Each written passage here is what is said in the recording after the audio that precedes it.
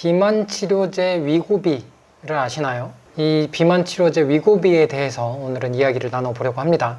이것이 어떤 효과가 있고 또 어떤 부작용이 있고 누가 사용을 해야 되고 누가 사용을 하지 말아야 되는지, 거기에 아유르베다의 관점에서는 어떻게 생각할 수 있는지, 이러한 부분도 함께 살펴보도록 하겠습니다. 안녕하세요. 히타유 아유르베다 전문의 백두산입니다. 매주 토요일 다양한 건강에 관련된 주제를 아유르베다의 관점에서 이야기를 나누고 있습니다. 오늘 처음 오신 분들은 구독, 좋아요 해주시고요. 히타유 아유르베다 아카데미라는 온라인 아유르베다 학교에서 함께 아유르베다 경전도 읽고요. 월마다 건강 관련된 주제들을 조금 더 심도 있게 다루는 월간 특강도 진행을 하면서 좀 더 많은 분들에게 아유르베다의 지식과 지혜를 나누기 위해서 활동을 이어나가고 있습니다. 자, 그러면 오늘의 주제 시작해 보겠습니다. 기사를 하나 가지고 왔습니다. 주 1회 챙겨 먹은 치즈 한 조각, 치매 위험 24% 낮춘 식습관이라는 주제의 기사인데요. 일주일에 한 번 이상 치즈를 먹으면 치매 발병 위험을 크게 낮출 수 있다는 연구 결과가 나왔다. 28일 영국 데일리 메일에 따르면 일본 연구진은 8,000여 명의 참가자를 대상으로 진행한 치즈와 치매 예방 연관성에 관한 연구 결과를 국제 학술지 뉴트리언츠에 발표했다. 연구에 참가한 절반은 치즈를 전혀 먹지 않았고요. 나머지 절반은 일주일에 최소 한 번 이상 치즈를 먹었습니다. 그 결과 3년 뒤 치즈를 먹은 사람은 먹지 않은 사람보다 치매에 걸릴 확률이 24% 낮은 것으로 나타났다. 연구가 끝날 무렵, 그러니까 3년이 다 될 무렵이죠. 치즈를 먹은 사람은 3.39%가 치매에 걸린 반면 먹지 않은 사람은 4.45%가 치매 진단을 받았다. 그러면 결국 일단 치매 진단을 받은 사람, 치즈를 먹은 사람과 먹지 않은 사람의 치매 발병률을 차이를 보면 1.06%, 0.6% 정도 되네요. 1% 정도 되는데 그렇게 크지는 않은 것 같아요. 자, 그래서 연구진은 이번 연구 결과는 유제품이 치매 예방에 도움이 될 수 있다는 기존 증거와 일치한다고 밝혔다. 참가자들이 가장 많이 먹은 치즈는 가공치즈라고 하네요. 82.7%.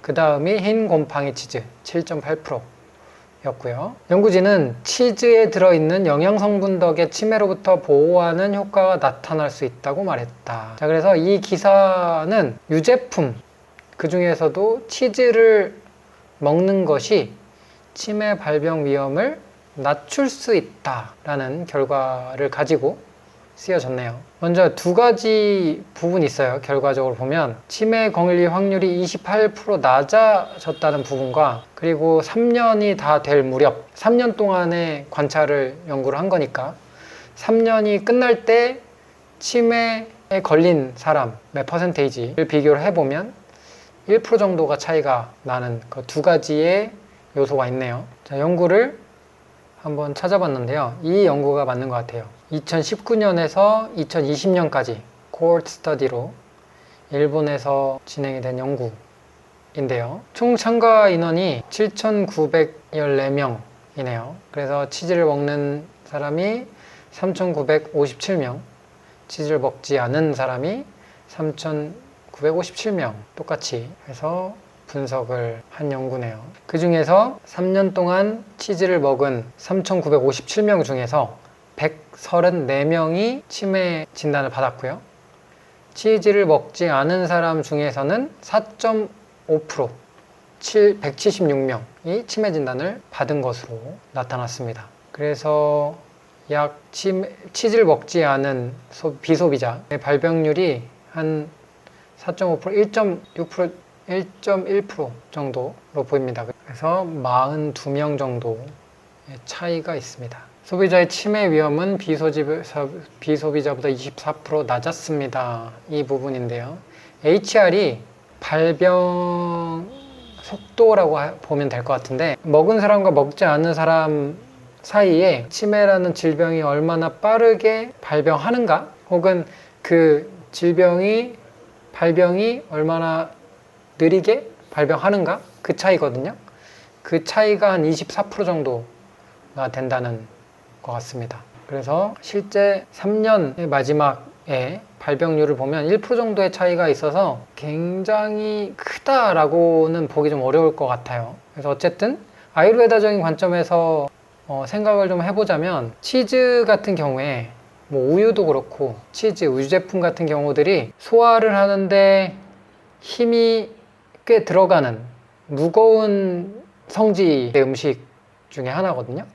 그래서 먹는 사람의 소화력이 뭐 좋다 그러면 치즈를 먹는 것도 소화를 잘 시킬 수 있으니까 괜찮습니다. 하지만 만약에 자신의 소화력이 그렇게 좋지 않다라 그런다면 그 상태에서 치즈를 먹는 것이 오히려 부담이 될 수 있겠죠. 소화를 하는데 방해가 되고 문제가 될 수도 있다라고 보겠습니다. 그래서 이 연구를 봤을 때는 일단은 어느 정도 발병률이 적어진다고 보이긴 하는데 그 차이가 그렇게 큰 차이가 있는 것 같지는 않다라는 저는 생각이 들고요. 펀딩을 좀 어디서 받았는지를 좀 보면 국립노인학연구센터에서 펀딩을 받았고, 그리고 메이지 주식회사로부터도 지원을 받은 것으로 나오네요. 메이지 주식회사는 일본의 식품회사, 그 중에서도 원래는 메이지 유업 주식회사로 시작을 한, 그래서 우유, 아이스크림, 치즈와 같은 유제품 등을 만드는, 생산하는 회사에서 펀딩을 받았네요. 사실 연구하는데 돈이 많이 들죠. 그래서 기업 펀딩을 많이 받는데 이런 부분도 영향을 아마 전혀 주지 않았다라고 볼 수는 없을 것 같아서, 일단은 치즈를 먹어야 되는가 말아야 되는가의 문제는 나의 소화력이 어떤가, 내가 치즈를 먹었을 때 이것을 잘 소화를 할 수 있는가, 소화가 잘 되는가, 그 부분에서 그것을 기준으로 생각을 해보시면 좋을 것 같습니다. 다음 기사는요, 췌장염 등 부작용 우려, 위고비 마운자로 오남용 막는다, 이런 기사가 있네요. 정부가 위고비 마운자로 등 신종 비만 치료제 오남용을 막기 위해 관리 강화에 나선다. 보건복지부와 식품의약안전처는 신종 비만 치료제를 오남용 의료 의약품으로 지정하는 방안을 추진 중이다. 오남용 의료 의약품으로 지정되면 비만 치료제 판매자는 약 포장에 오남용 의료 의약품이라고 표기를 해야 한다. 또한 의사 처방 없이 약 조제가 가능한 의약분업 예외 지역에서도 의사의 처방전이 필수화된다. 그렇군요. 정부가 대책을 강구하고 나선 건 신종 비만 치료제 처방이 급증하며 부작용에 대한 우려도 커지고 있기 때문이다. 주요 부작용은 췌장염, 담석증, 담낭염 등이다. 위고비는 지난 10월, 마운자로는 올해 8월에 국내에 출시됐는데 체중 감소에 큰 효과가 있다는 소식에 품귀 현상까지 빚었다. 비만과 관련이 적은 정신과나 안과, 치과에서도 무분별하게 처방이 이루어지는 것으로 알려졌다. 그렇군요. 자, 그러면 위고비 뭐죠? 뉴욕타임즈 기사, 위고비에 대한 기사를 보겠습니다. 위고비의 심장 건강 효과는 체중 감량에만 국한되지 않는다는 연구 결과가 나왔습니다. 위고비가 심장 건강에 효과가 있나 보네요. 이렇게 주사를 놓는 형식인 것 같습니다. 주요 임상 시험에 대한 새로운 분석에 따르면 인기 있는 비만 치료제 위고비가 일부 성인의 심장마비와 뇌졸중과 같은 주요 심장 질환 위험을 낮추는 것으로 확인되었지만 체중 감량만으로는 심혈관계 이점을 완전히 설명할 수 없다는 사실이 밝혀졌습니다. 이 약물이 정확히 어떻게 심장을 보호하는지는 여전히 미스터리입니다. 비만은 심장건강 악화와 밀접한 관련이 있으며 과도한 체중 감량은 심혈관 질환 위험을 낮출 수 있습니다. 자, 랜시드에 발표된 분석에 따르면 복부 지방 감소를 나타내는 허리둘레 감소는 위고비 복용군에서 관찰된 심혈관계 효능의 약 3분의 1에 불과했습니다.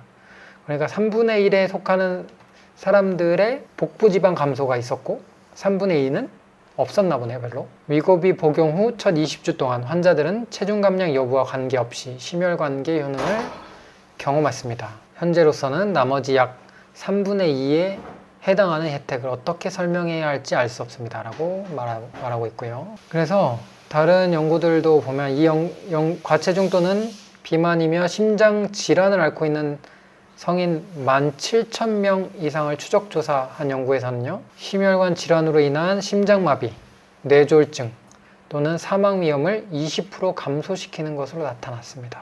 자, 그래서 작년 이 연구를 바탕으로 미국 식품의약국은 일부 환자의 심혈관 질환 위험을 낮추기 위해 위고비를 승인했습니다. 자, 그래서 이러한 효과가 있는 것으로 보이네요. 체중 감량도 있고 심장 건강에도 효과가 있는 것으로 연구에서 보이고요. CNN 기사를 보면요, 이런 기사도 있어서 가져와 봤습니다. 인기 있는 체중 감량 및 당뇨병 약물이 희귀한 실명 위험 증가와 연관. 자, 오젬픽이라는 당뇨병 치료제하고 위고비가 그 세마글루타이드라는 같은 물질을 이용한 같은 계열의 약물이죠. 그래서 새로운 연구에 따르면 오젬픽이나 위고비를 복용하는 사람들은 희귀한 형태의 실명 위험이 더 높을 수 있습니다. 그럼에도 불구하고 의사들은 환자들이 당뇨병이나 비만 치료를 위해 이 약을 사용하는 것을 주저해서는 안 된다고 말합니다. 작년 여름 매사추세츠 안과 및 이비인후과 의사들은 비동맥염성 전방 허혈성 시신경병증 NAIO는 환자가 비정상적으로 많다는 사실을 발견했습니다. NAIO는 한쪽 뇌 시력을 갑자기 통증 없이 상실하는 일종의 뇌졸중입니다. 그래서 이 증상이 나타나는 경우는 일반 인구 10만 명 중에 최대 10명이 이 증상을 경험할 수 있고요. 그런데 일주일에 3건의 사례가 발생했다고 하네요. 그리고 이 환자들은 세마글루타이드 약물을 복용하고 있었고요. 그래서 6년간의 의료 기록을 검토한 결과 당뇨병 환자가 세마글루타이드 처방을 받은 경우 NAION 진단을 받을 확률이 4배 이상 높았고요. 과체중 또는 비만인 경우 세마글루타이드를 복용할 경우, 즉 위고비 같은 약물이죠, NAION 진단을 받을 확률이 7배 이상 높았습니다. 자, 그래서 이러한 위고비라는 비만 치료제가 심장 질환의 위험을 낮춰줄 수 있는 효과도 있고요. 그리고 체중 감량의 효과도 있을 수 있지만 그 외에 다른 부작용도 있을 수 있다. 이 약물 같은 경우는 지금 나온 지가 오래되지 않았죠. 얼마 안 됐죠. 그래서 여러 가지 아마 계속해서 연구도 진행이 될 것 같고, 그래서 그 외에 어떤 부작용이나 이런 것들이 더 있는지 계속해서 확인을 하고 있는 과정이 아닌가 싶습니다. 아마 이거를 위고비를 복용해 보신 분들도 있고 복용하고 싶은 분들도 있고 혹은 복용을 할 생각이 없는 분들도 계실 건데, 제가 생각하기에 이 위고비라는 약은 약이잖아요. 비만 치료제거든요. 그래서 우리나라 같은 경우에 비만이라고 할 때 BMI를 기준으로 한다 그러면 한 25부터 비만 1단계거든요. 그러니까 저 같은 경우에 제 키에 한 76kg 정도가 되면 BMI가 25 정도가 되거든요. 그리고 고도 비만은 한 30 정도가 되는데, 그렇게 되면 제가 한 90kg 정도 돼야 고도 비만으로 간주가 되게 됩니다. 그래서 여러분이 이제 이 약이니까, 약이라는 거는 기본적으로는 정말 치료에 필요가 있는 사람이 써야 되는 거거든요. 약을 필요가 없는 사람을 위해 쓰면 안 되는 거죠. 오히려 독이 될 수 있는 것처럼 이 위고비라는 약도 일단은 약입니다. 그래서 내가 비만인데 정말 이 비만의 문제가 내 건강에 심각한 위해가 있다고 여겨져서 의사 선생님이 처방을 한다 그러면 그런 경우는 쓰실 수 있죠. 쓰실 수 있는데 그냥 단순하게 이게 체중을 감량하는데 효과가 있어 라고 해서 쓰기에는 아직 이 약물의 부작용이 있을 수 있잖아요.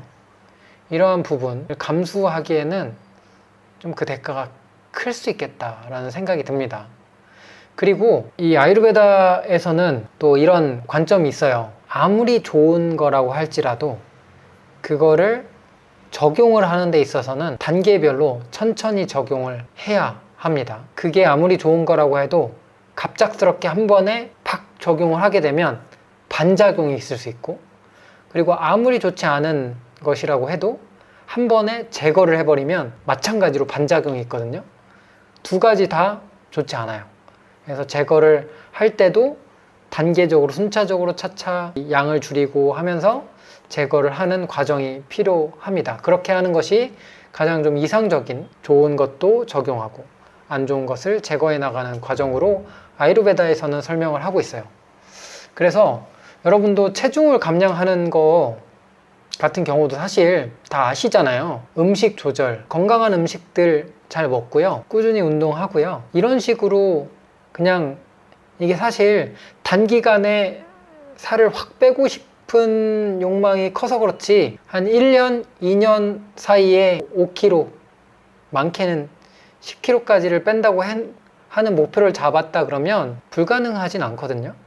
꾸준히 해 나가면. 그래서 여러분이 건강을 생각한다면, 그리고 나의 비만 정도가 질병의 정도가 아니라면 이러한 약을 쓰는 거는 좋지 않겠다라는 생각을 하고 있습니다. 그것보다는 사실 이 약을 언제까지 드실 거예요? 평생 드실 수는 없잖아요. 그리고 몇 가지 기사를 살펴보면 이거를 몇 년을 쓰더라도 그거를 중단했을 때 다시 복원이 되는 경우들도 좀 있는 것 같고 한데, 그럴 바에는 차라리 정말 건강하게 천천히 건강을 회복하면서 체중 감량을 하는 방식으로 접근을 하는 게 좋지 않을까 하는 생각을 해봅니다. 그래서 오늘은 지난 뉴스 중에서 눈에 띄는 뉴스들을 좀 살펴봤습니다. 다음 시간에는 이명과 관련된 내용들을 가지고 준비해서 찾아오도록 하겠습니다. 오늘의 내용이 괜찮다 생각이 되셨으면 구독, 좋아요 눌러주시고요. 저는 그러면 다음 주 토요일에 찾아오도록 하겠습니다. 감사합니다.